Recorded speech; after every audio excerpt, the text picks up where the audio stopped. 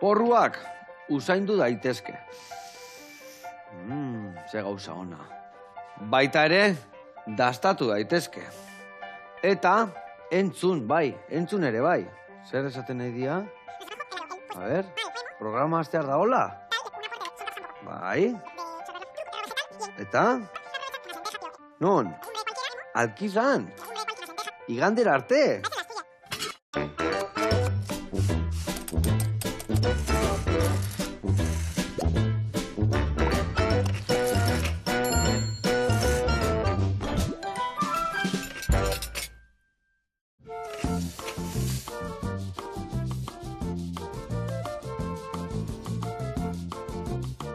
Naturak gauza asko esateizkigu bai.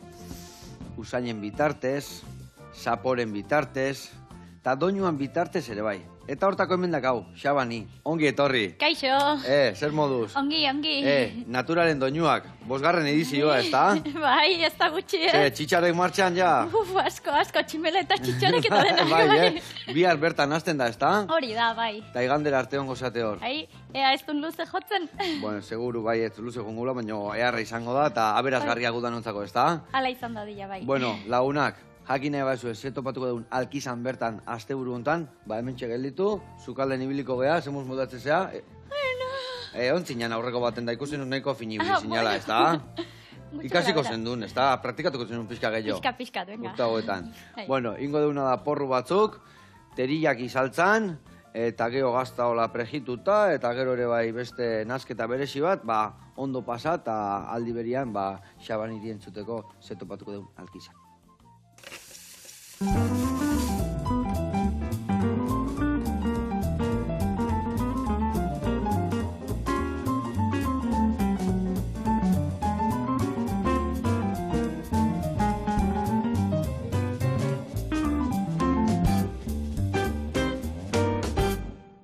Bueno, lagunak eta Xabani, garatuko izuet pausuz pausu porru hau ekiteko garaian nondik noa biliko gehan. Beitu, porruk moztuko ditugola pusketetan, berdi hautziko dugu, gero salda iteko, gero beste zerbaitetako. Eta ingo deuna da lehendabizi olio pixkatekin sartaian prejitu. Prejitu hostian, ur pixka botako jau, tapa jarriko dugu eta hortxe goxatuko ditugu.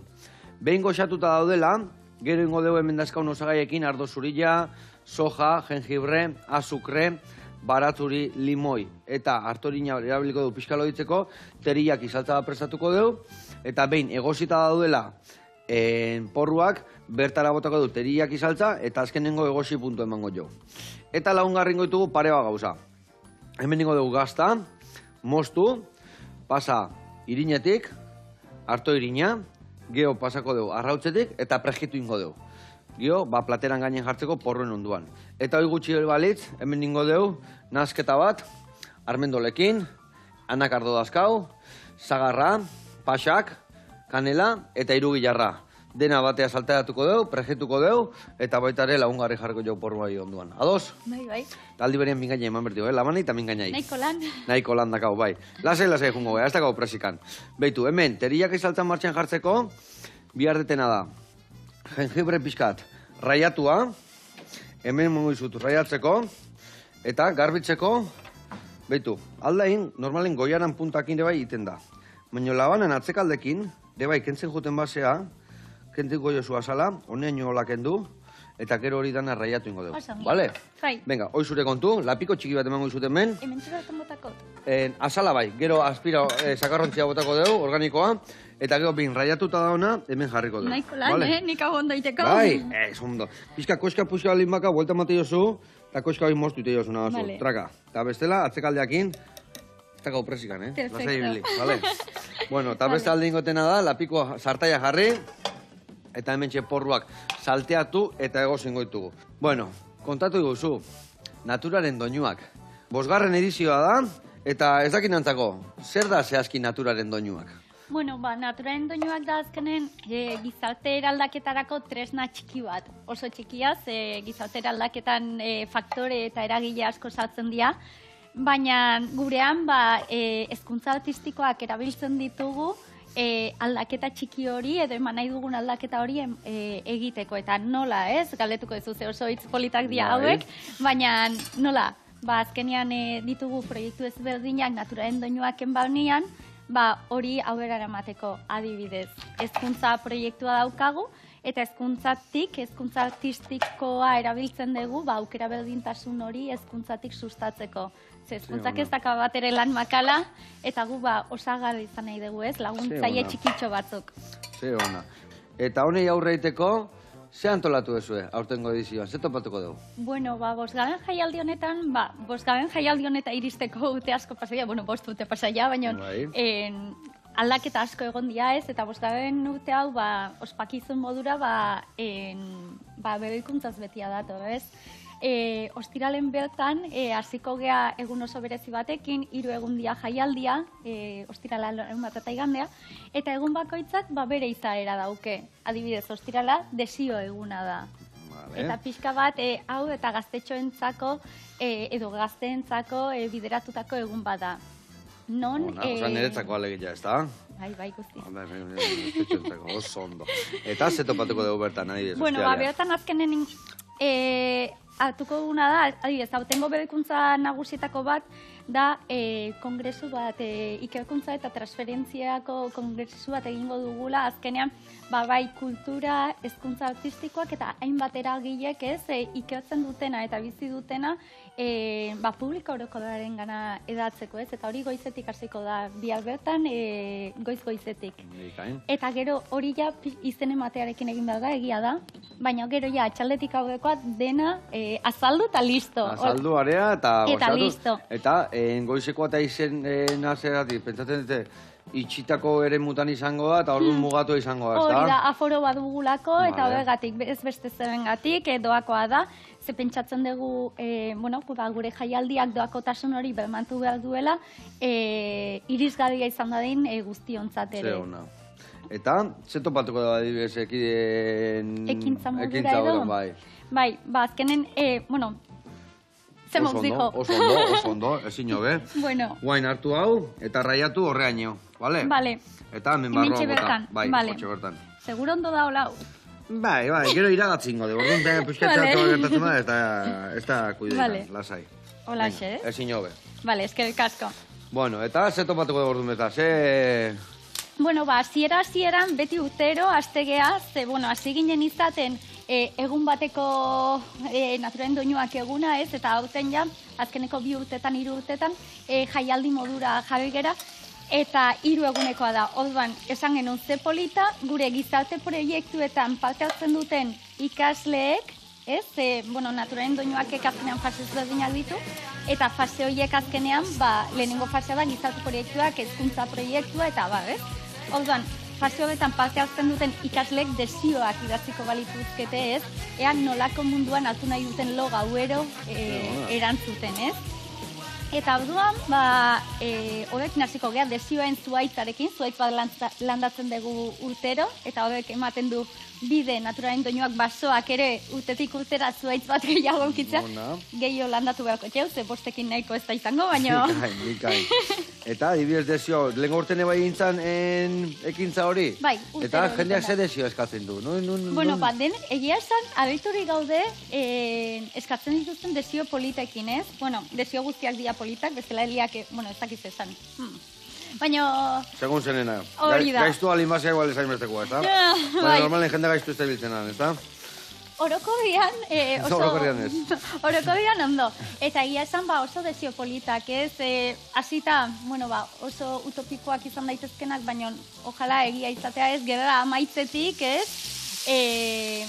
Nire ingurukoak hobeto egotea nahi dugula, edo ez dakizer, edo bakizer egia esan, oso abiturik gaude gauza material gutxi eskatzen dituztelako ikasleek, ez? Eta oso txikitsuak dira, ez? HH-tik hasita, LH bitarteko ikasleak dira. Batzu jai berdin jozu. Bale. Oso, eskerrik asko. Bueno, eta, Xabani, jartzen zenuten horre erdigunean ikastetxe bat, ez da? Hori da, Hauten erala izango da? Ez, hauten bebikuntza bezala, 3 ikastetxe hartu ditugu. Bat dire, 3. Hori da. Ze ona. Hautengo salto kualitatibo eta kuantitatibo handi bat hori izan da, ez? Lehen ikuste genuen ikastetxe batean gure aletxoa edo ekarpena egin genezakela, eta esan genuen, eta taldetxoa handitzen badegu, nagian gehioren iritsi gaitezke, ez? Eta orduan, horrela, 3 ikastetxetara, bai. Ze ona. Orduan, goizen nengo dialdua, eta hauek arratzale nengo dia gehiago, ez da? Hori da. Bueno, berez ikastetxeekin gizarte proiektuan zehar egiten dugu lan taileretan, mediazio saioetan, hainbat gauzetan ez. Eta beraiek gonbidatuak daude, desiotik hasita jaialdi osora ikusiko dugun bezala. Un asteburu guztien ibiliko dira. Bai, hori da, jaialdi guztian zehar eukiko dituzte jarduerak egiteko. Zerrenak izango dira tailerrak adibidez? Jaialdian zehar egongo dira multitailerrak edo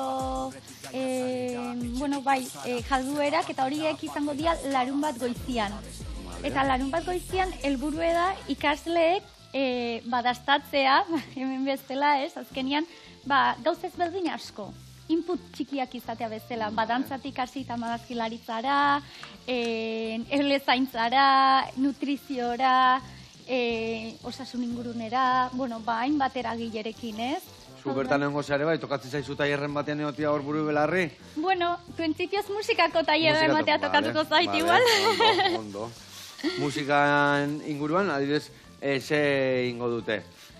Instrumentuak eta abestu edo ze tokatuko zai egitea? Nire kasuan, niri gustatuko litzaidakena gure tailerren egitea izango litzake, altzen dituzte lehenengo, emango dizkiegu baliabide txikiak, dastatuko dute, esperientzia biziko dute, musika eta mugimenduaren bitartezkoa, eta gero, eurek euren obra edo euren musikartelana konposatuko dute. Ona, ze gauza polita. Eta, erlian arira, adibes, erletan ze topatuko dugu? Adibes, saio batzuetan, gizarte proiektuko saio batzuetan, erlezain bat etorriko zaigu, eta euren, bere erlekutxa, kristalezko edo metakrilatozko erlekutxarekin batera, ikusgarri ongo dia, hor erlek lanen, eta nola moldatzen dian behaien etxe, ona. Bueno, zenba gauza. Guantxe jarraituko dugu, zatik gauza gehiago topatuko ditugu bertan, ez da? Bai. Laruma goiza bakarrik iritsi gerata. Bueno, porrua egosten jarri dugu. Hemen jengibreta batzu jarraiatu dugu, ezin hobe. Gio horrea bai botako dugu gainuntzeko osagaia, baina lehen dabizia reporte bat ikustea jungo geha. Mirianen gana jungo geha, chef integratiba, eta gaurkoan ere bai, errezta bikaina indigu. Guazen ikastea.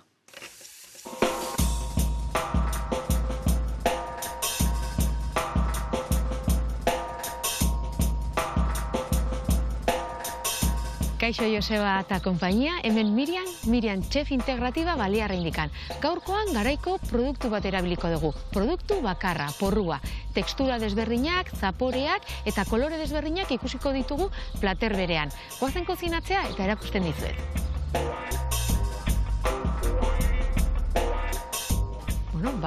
Hemen gaude, gure sukaldean, gaurko protagonista printzipala porrua dugularik, eta gero osagai gutxi batzuk erabiliko ditugu, olioa, esnea eta agar-agarra bezala.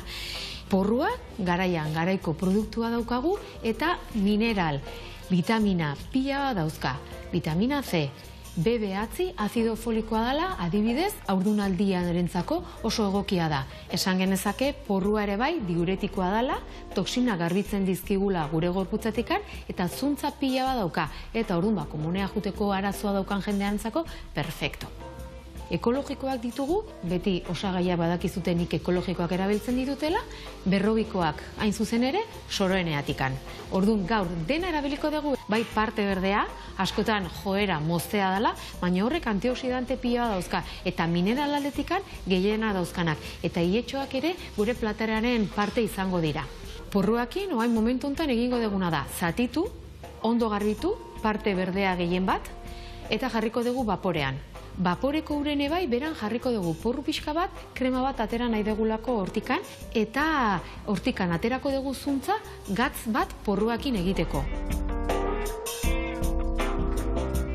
Ondoren, gelditzen zaizkigun porru zatitxoekin, mahonesa moduko bat egingo dugu. Horretarako, esnea ebai botako diogu. Falso kabiar edo egiteko, hartuko dugu porruko alde berdea, batitu egingo dugu, agar-agarra botako diogu, eta hozten jarriko diogu, eta aterako ditugu perlitak. Eta hortikan kolore desberdinak izango ditugu gure platerean. Gero hortikan, aparte, pasako dugu koladore batetikan, koladore hortan geldituko zaigun zuntzarekin, lehortu egingo dugu zartaian, gatza botako diogu eta porruzko gatza moduko bat aterako zaigu. Eta azkenik, ihetxoak hartuko ditugu eta olio bero-berotan frejitu egingo ditugu. Eta horiek bai, jatekoak dira. Porru osto berdeak hartuko ditugu, jarriko ditugu sushi moduko bat izango bazan, eta parte txuria biltzen jungo gea. Bilduko dugu dena papel filmen edo labeko paper batean, horiek ondo prensatu eta moztu egingo diogu, rollito modu bat gelditu dadin. Da, errezeta erresa bat, pixka bat partez parte hartu guztia, eta montai egiteko eta denak edonork egin dezake bere etxean. Base bezala aurkezterakoan, krema jarriko dugu, rollituak gainen, porru maionesa rollituaren gainean jarriko diogu, kolorea emateko porruko falso kabiarra botako diogu, gatza eta adornatzeko jarriko ditugu porruaren ihetxoak. Ikusten dezuten bezala, platera egina dago, koloretsua da, porruari beste formato bat ematen diogu, porru patadatik ateratzen gea, eta ikusiko dugu tekstura eta zapore desberdinak produktu batek nola eman ditzazken.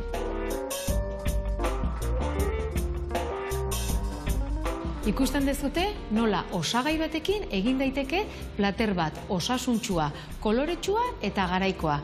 Gonbidatuta zaudete etxean egiteko. Hurren arte. Hau, Mirian, eta gora zure errezetak. Ze gauza errakititun, gu beti zurekin ikasten gaude, eta espero du jarraitzia ikasten. Besarka da handi bat, Mirian, eta hurren arte, lehenkoan ezautzen ikusi nion, Bai, beti hemen ikusti jo kameratzen da, gero ezautzen ikusi ginen da besarka da erbat eman ginen, bai. Bueno, hemen jarraitzeko, behitu. Porrua martxan daude, goxatzen, hemen. Tapakin beti hobeto, ez daude guztiz ez tal, eta orduan tapakin hobeto ingo dira. Gero bai, hau dena murriztu behar du, eta hor bakarrik zapore gehatu behar du. Eta gero bertara botako dugu, prestatzen egian teriyaki saltza. Eta hortako hemen dakau, jengibria raiatuta eta batzut ja, xabanik indigula. Eta bertan botako limoian zuku pixkat, azukre, soja, ardua, murrizten utziko dut, eta gero loditasun pixkat emango dugu harto irinakin, bale? Hoi nire kontu. Eta bestalde, ere bai junbergea hemen, nazketatxo egiten horrekauna frutu lehorrena eta zagarrena eta, biharko deuna da, behitu, irugilarra gorritzen hasiko gea. Irugilarra pixka gorritzen daunean, zagarra botako jau. Eta gero ondorren, frutu lehorrak eta kanela pixkat. Hemen ingo deuna da irugilarrai, bakizu hemen beti pixkat azala gor puntxua aukenduko jau, lauki txikitanin, eta hemen gorrituko dugu pixkat. Oso, guztiak, ez? Bai, irurak. Bueno, Xabeni, kontatu, hainbeste gauza daudela, ze gehiago topatuko dugu bertan? Bueno, bai, esan ostiralen desioetaz hitz egin ondoren, egingo duguna da, hautengo berrikuntza nagusietnetako bat, ez? Open mic saioa. Open? Open mic. Mic, zer da? Open bakit iriki, ezta? Eta mic berez mikroaren laburpena. Vale, osea, mikrofono irikiak, esango genuke. Hori da. Vale. Ze, bueno, guk naturalen doinuak sortu genuenean, pentsatu genuen ere denentzako plaza bat izan behar zuela. Ados. Eta denentzako plaza bat izateko betan, polita izango litzakela pentsatu genuen, inguruko artistak, ez? Adibidez, ez dakit, bere diskoa edo egiten hasi direnak, edo kantatzen hasi dianak guen dala gutxi, ez? Bai. Askotan etzai ematen aukera bat, holtza gaina igotzeko ez bali madakate denbora tarte bat, ez? Gaurun plazaratzeko gune bat, ez da? Hori da, kanta bat edo bi, ez gehiago. Vale. Eta, bueno, guk eskainiko diegu, ikuskizuntxo hori, beraien ikuskizuntxo hori, grabatuta txukun, gero beraiek norabait aurkeztu nahi badute. Ze, ona. Da, zein topatuko ditugu? Ez dakigu, oraindik, sekretua da. Vale, osea, bertara junda goxatu inbiar da, ez da? Hori da. Badaki, baina ez digu nahi esan. Vale. Venga. Bueno, eta, gero, larun bata, esan dugu bai goizian ze topatuko dugu, gero arratzalden da, ze gauza gehiago topatuko ditugu? Bueno, larun baten, egongo dena da, esan dugu goizetik, multitaierak edo hiek egongo diala. Bai. Gero, hautengo berrikuntzatako bat da, dantza kalean izango dela. Eta, bueno, oso gure lagunak diren dantzari batzuk etorriko dira, alu dantza taldea, eta bertan beraien ikuskizun berria estreinatuko dute. Orduan, bata bestian jarraian, Bai. jateko denbora pixkat utziko zue? edo- Hori ostian. Hori, bale. Bai, bale. dantza ikuskizunaren edo emanaldiaren ondoren, intentzioa da herri bazkari txiki bat itea, alkistak dituen dimentsioak kontuan hartuta, Bale. eta bazkaria berez aitzakiatxo bat da, ze gero egingo duguna da bazkalosteko kantak saioa. Vamos. Eta bazkalosteko kantaken helburua normalean izaten da belaunaldi arteko helburua, ez? Azkenian Euskal Herriko kantutegi tradizionala hartu eta denok batzen gaituzten kantuak abeste elkarrekin. Hauten doikuntza bestela ere, betxolariak ere izango ditugu ziurrenik. Bale. Baina ez ditut sekretu guztiak esango. Eta horre bai ibili beharko zea, abesten, o bertxo botatzen, o zote... Ez, hori profesionalen eskutan utziko dut. Bale. Ona, geho gaua gerturatzen jutean enian, ze gauian kontzertun bat, oso ze gehiago topatuko deo? Bai, belaunaldi arteko ari keinu eginez, pentsatu duguna da, no izan daiteke belaunaldi gehien batzen dituen talde horietako bat, ez? Agian, esan genuen, gozategi oso plan polita izan daiteke. Vale. Ze belaunaldi, beraien kantuak joan dira pasatzen, eta esan dugu, ze polita denak elkartzea. Eta hori gozategi taldea ere tobeko da. Parranda zale naizela, pasatzen naizela, pentsatzen du maera. Parranda zalea zu? Leno. Ah. Ai, ama. Ze ona, gozategi. Ez que gozategi beti ritmo, giro eharra gartzego, Bai. Ondo. Bai. Eta hori da helburua pixka bat, larun bateko eguna da belaunaldi arteko eguna. Bere izaera hori da. Eta geho ja, igandiai begira? Igandeari begira, bada gure egun nagusia, Natura Endoinuak eguna, bestela... Zorrutan azten da hori? Goizian, goiztik. Goizian goiz, orduan, gozategikin ondo, baina gero era, joan behar da, ez da? Baina goizategi da oso goiz, Vale. Atxaldeko zazpitan. Bale, gaur egun da nahin famatu adian tarde horietako bat ingoa, ez da? Vale. Garai bateko plaza dantzak bezala. Ondo. Bai, ze guke aldabekatzen dugun gauza nagusienetako bat da, jaia eta guztia egunez egitea. Ondo. Bai. Gainea, dazkaun egun luze eta polita Bai. hauekin ze gauza egarra dan, Ea eguraldia laguntzen digun hori ere esan behar da, baina... Bai, Euskal Herrin hori izaten dira, gauza batzutan traketxak, Bai. giruak ez baigu laguntzen, Nahiko lan? zaila izatea, baina bueno. Hori da. Bai, eta gero igandian, Naturaren Doinuak egunian, nola ez, eta ezin dute falta, inguruko artisau eta nekazariak, ez? Ona. Jaialdiak ere, haiei plaza bat eskaintzeko espazio bat ere izan behar du, ez? Naturaren Doinuak izan da. Eta orduan, bertako nekazari eta artisauak etorriko zaizkigu goizian goiztik, eta azokatxo bat egingo dugu. Bikain, zer topatuko dugu azoka hortan, ze danetikan pixkat edo... Espero dugu ala izatia, bai. Vale. Hasita pitxiak, hasta dauzkeu pertsona bat, muñekuak iteituna, zeraz? Krutxet, holako zerbaitekin, igual hankasatu betela, ere bai, baina, bai, ditugu mota askotako artisauak, beraien poltsak eta egiten dituztenak, eta baita ditugu nekazariak, ez? Azkenean beraien produktuak, baserriko produktuak, plazara ekartzen dituztenak, guztiz garrantzitsuak, ez? Ze garrantzitsua eta hori da, eta seguria, ez da? Ze izango zan, holako egun handi bat, holako jendei gabe, ez da? Gure herrian ekoitzitako gauzekin, ez da? Lekuan lekukoekin, Lekuan lekukoekin. Hori da. Bueno, hau, irugila erramatxan dakau, ezin hobe, betu hemen daun salda hori, gauza erra da, eta hau esan dut iragatzin behar deula, baina nola ondo raiatu ezun. Nik uste deula pusketa pare bat topatzeatik, ez daigula ezer pasako. Dotako dugu hemen jaola, betu, porru hauek zeitxura hartzen nahi dian, Bueno, eta azokan, ze gehiago topatuko dugu bertan orduan? Azoka girotzen eta alaitzen, egongo dia belaunaldik arteko taldetxua, soinu txikie, bizkaiakoak hauek. Vale. Ze hautengo pausu nagusienetako bat izan da, Euskal Herriko hainbat eragile ezberdin uztartzea, ez? Jaialdian bertan, orain arte, egia da, Gipuzkoan eta Tolosaldeako espazioak deitu ditugula, baina orain pixka bat zabaltze aldera ere, pentsatu genuen interesgarria izan zitekela. Seguru, hombre. Oso interesgarria, bai. Azkenean deno bat geha eta danon artean inbiar dugu, indarra. Ondo. Eta, horrez, geho ez dakit bazkaien bat, o geho... Egun horretan, eukiko ditugu postu gastronomikoak, etorri direnak azokara eta bertan izan dezakete aukera eskaintzeko batik, zerbait. Hori da. Ze izango zen Euskal Herriko jai bat, jani gabe, Hori da. Jende gutxi gungo zaizu, janik ez batzu gartzen. Nahiko lan.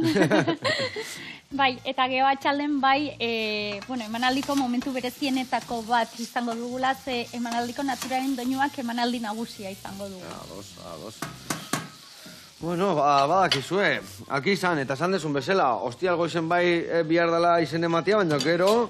Beste gauza guztietan, azaldu eta listo. Azaldu eta listo. Bai. Gomendioen baten mandezue, ez dakite ongo dan...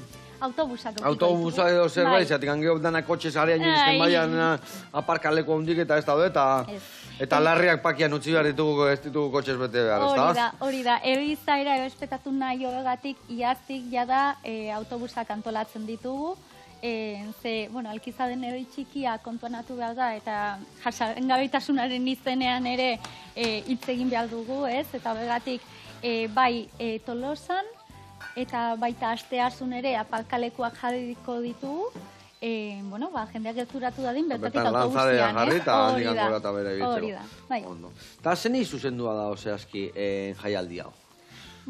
Jaialdia dau publiko orokorrari zuzendua. Ze, gizarte proiektuak bai dutela publiko oso espezifiko bat, hezkuntza komunitateei, plus 65 kolektiboari, gizarteko entitate askori, hainbat gauza lantzen dituztenei, eta justu jaialdia da, guztiz kontrakoa oso zabala da, ze irisgarria izatea nahi dugu, denontzako, aukera berdintasun hori sustatze aldera, eta orduan, egun bakoitzak egia da bere izaera daukala, eta orduan, publiko objektibo bat daukela, helburu bezala publiko bat daukela, baina gero jaialdia denontzako da. Eta Xabeni, aurrekoen zuetorri zinean, guain bai urrengoen zuri bialduko izu, baina hau dana zu bakarrik antolatzen dezu, ozeintzu zaudete honen atzetikan? Nik talde bat dauket, eta gu talde badia, ze bestela hobelitzake posible izango, ez oain ez inoiz, hasita gurasoengatik, eta gero ja naturaren doinuak koordinaketa taldeaktik, ez? Eta zenbat lagun zaudete hor lanen? Koordinaketa taldean gaude 6, eta gero gurekin kolaboratzen ibiltzen direnen artean, igual 20 gora. 20 gora. Leku bakoitzean. Geolako egun handi bat antolatzeko, jende gehiago biharkoa, eta ez dakit igual bolondrezak, jendeak ere bai... Egia esan, eskerrak bolondrezak ditugun eta izugarri laguntzen gaituzten, ze bestela litzake posible izango hau. Bikain. Bueno, launak, baitu zema lan aurratu da, hemen, irugilarronek geho, zaharrare bai botako jau, geho frutu lehorrak, baitu hemen, ze itxurak hain ja porru hauek, gozo daude, gazi gozo egin dugu, geho prejetu behar debori, babitaten jungo geha, bideo bat ikustea, senyorena gazten degira jungo geha, ikusiko zuezen nolako gaztak dituen. Guazen bertara.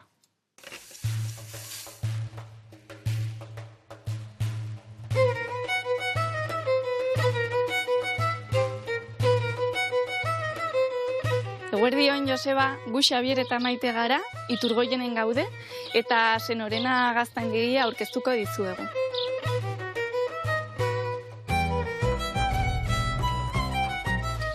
Senorena gaztandegian gaude, Iturgoienen, Gesala Atzaranean. Eta gaztandegia hau Xabier Senosiainek eramaten du.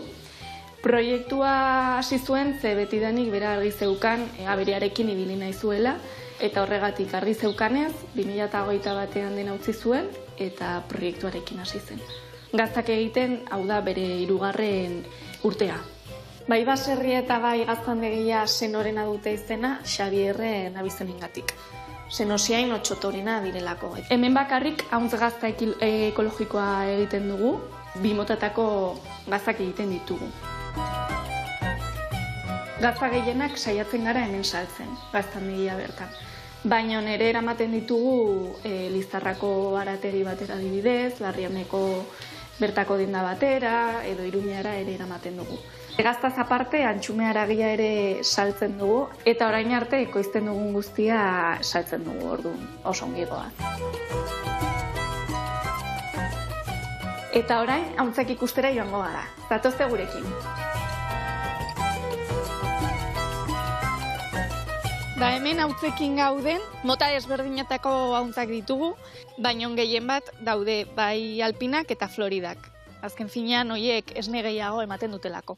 Osotara ditugu 250 hauntz, eta egunero bakoitzekit ateratzen ditugu 2 litro. Euria egiten duenean normalean barruan egoten dira eta pentsua ematen diegu. Baina bestela seguraldi ona egiten badu sorora ateratzen ditugu. Lehen Xabierrek behin jesten zituen, goizean, baina aurten hasi da bitan jesten, bai goizean eta bai gauean.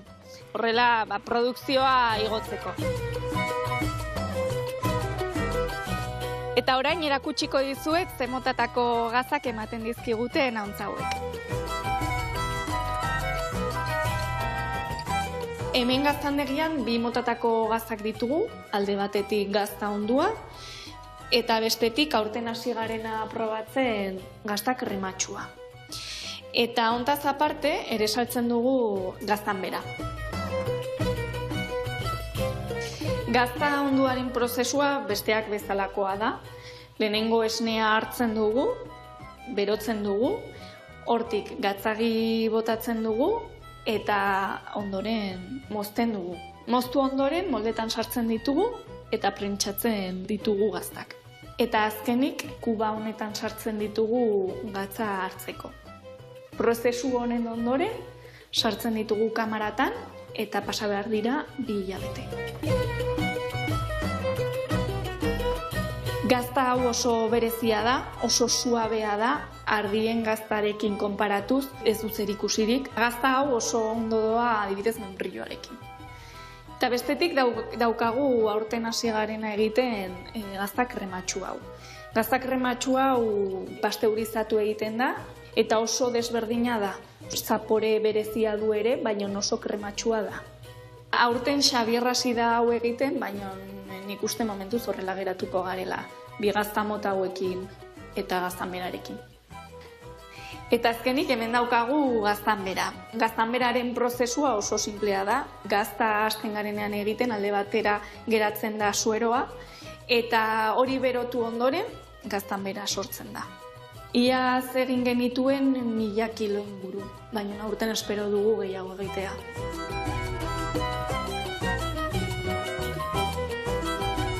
Bueno, Joseba, hemen dituzue gure gaztak eta nahi dituzuenen probatu, hemen egonen gara, Iturgoienen, Senorena gaztaindegian. Agur! Haupa Xabier eta haupa Maite, hoi bai dala, lurra helduta bizitzia, Ze gazta eharra egititu zuen, jarraitu hortan, zatik angudanok elikatzen jarraitu behar dugu, ezta? Bezarka da hondi bat eta urren arte. Gurian jarraitzeko, bitu hau nola di joan hemen txiri, Lasai, zua batea jetxiet, zatik hori ja ije dado, baina berua mantendu eta gillo xamurtzen joan behar du. Hemen indetena da, irina jarri hemen ontzin, eta hemen arrautza bat irabaiatuko dugu, gazta moztu, irinetik pasa, arrautzetik, eta hemen txeperjituko dugu.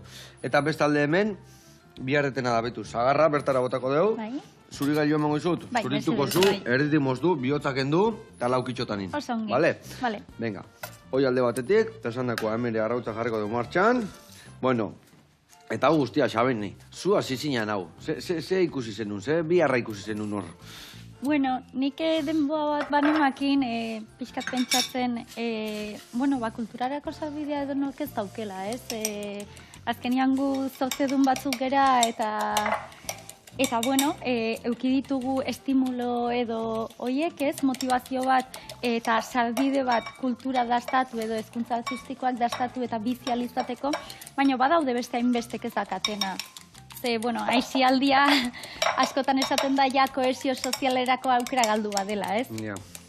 Orduan, hori otik abiatuta, hau guztia jaiozan, ez? Azkenian, bai, egon behar zela lanketa bat ikastetxetan edo, eta baita jaialdi bat non landa ere muan izango zena eta kulturarako sarbide hori sustatuko zuena ere, ez?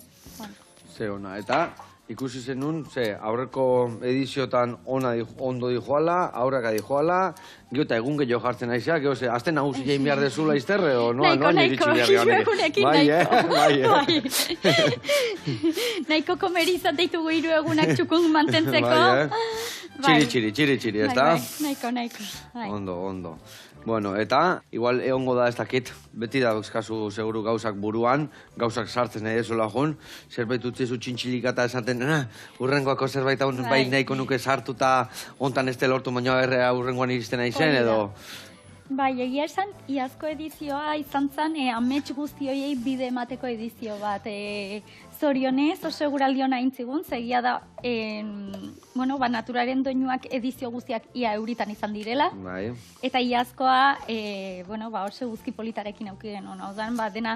Errexago ematea, ez da? Bai, zerupean izan zen, eta ez estalpe baten azpian, ez? Eta horrek ja, amets askori bide eman zien, ez?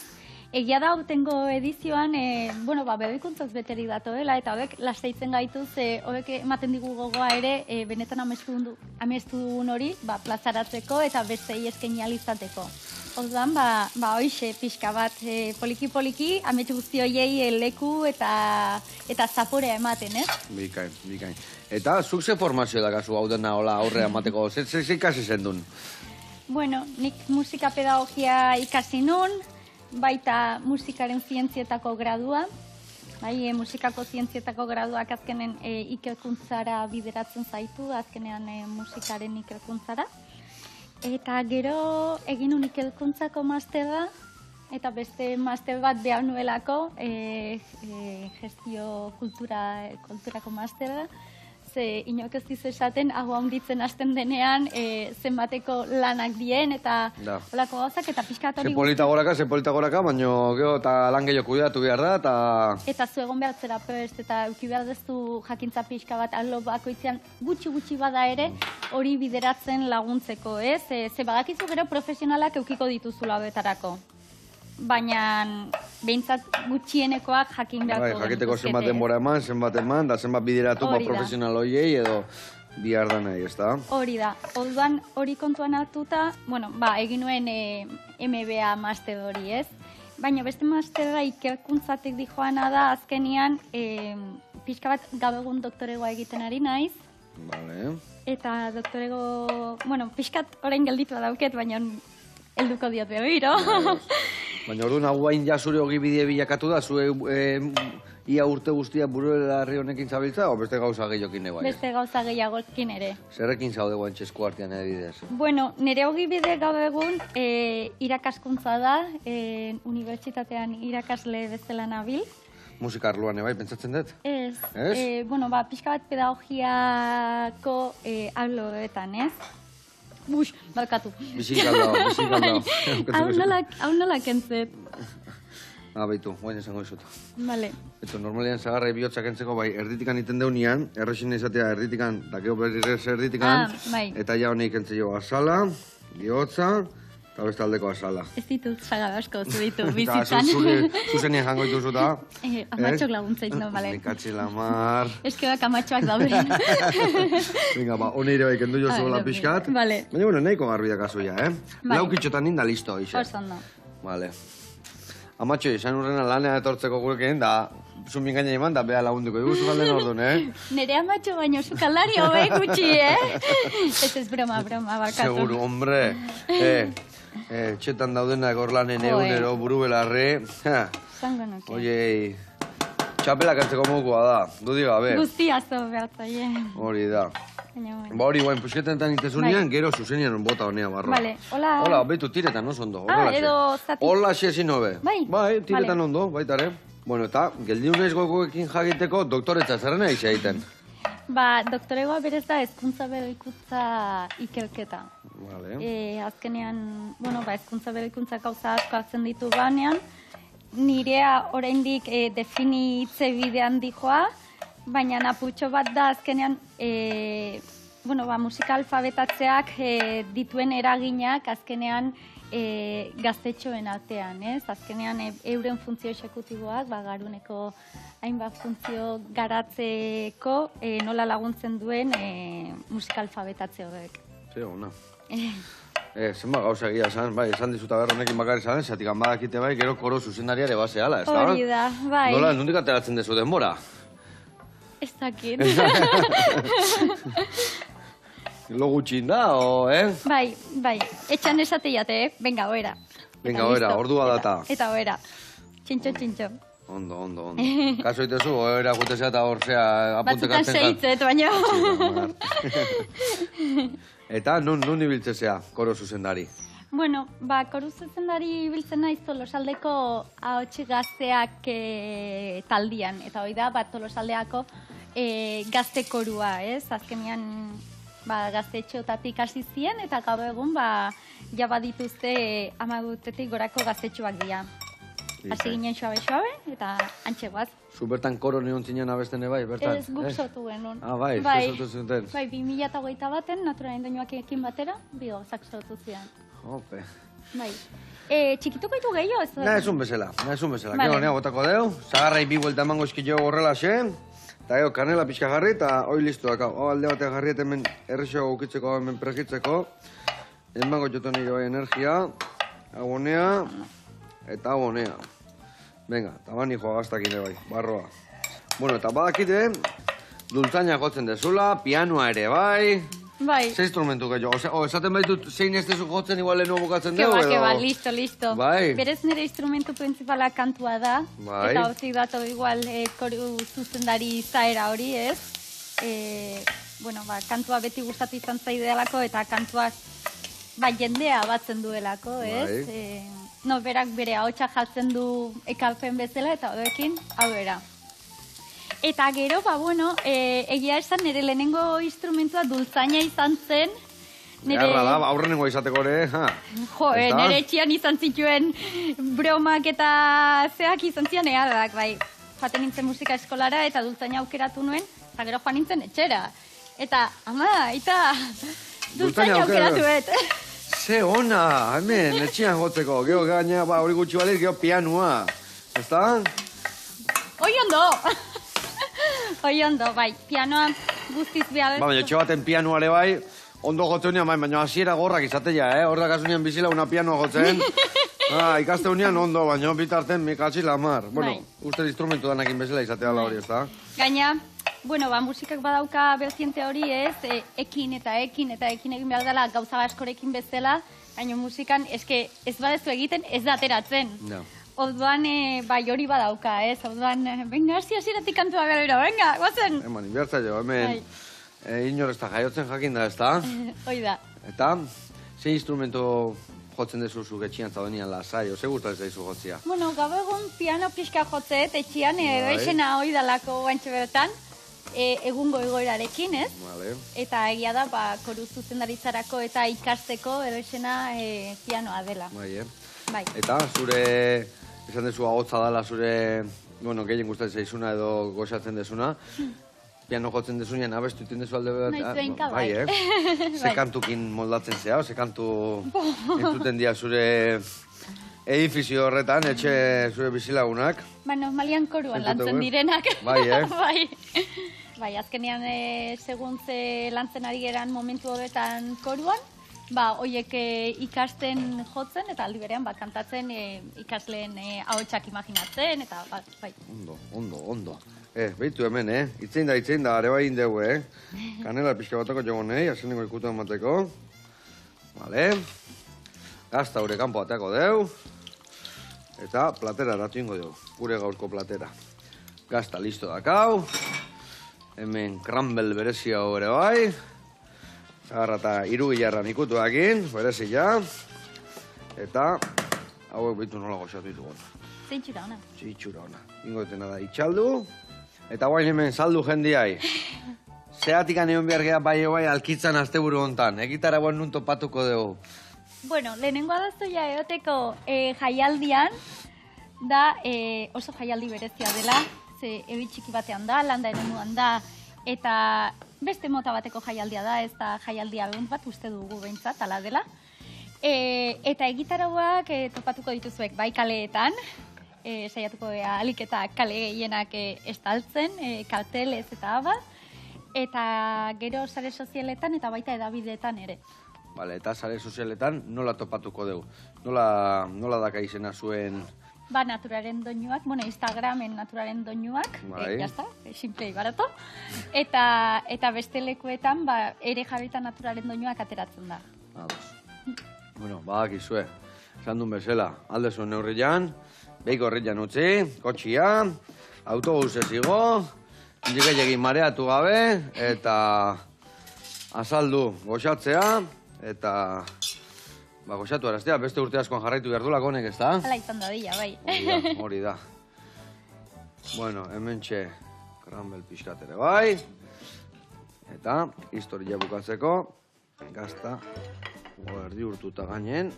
Oh, eta horri perexila jarri eta indegu gaurkua. Bueno, eskerrik asko etortzeagatik, Zuri.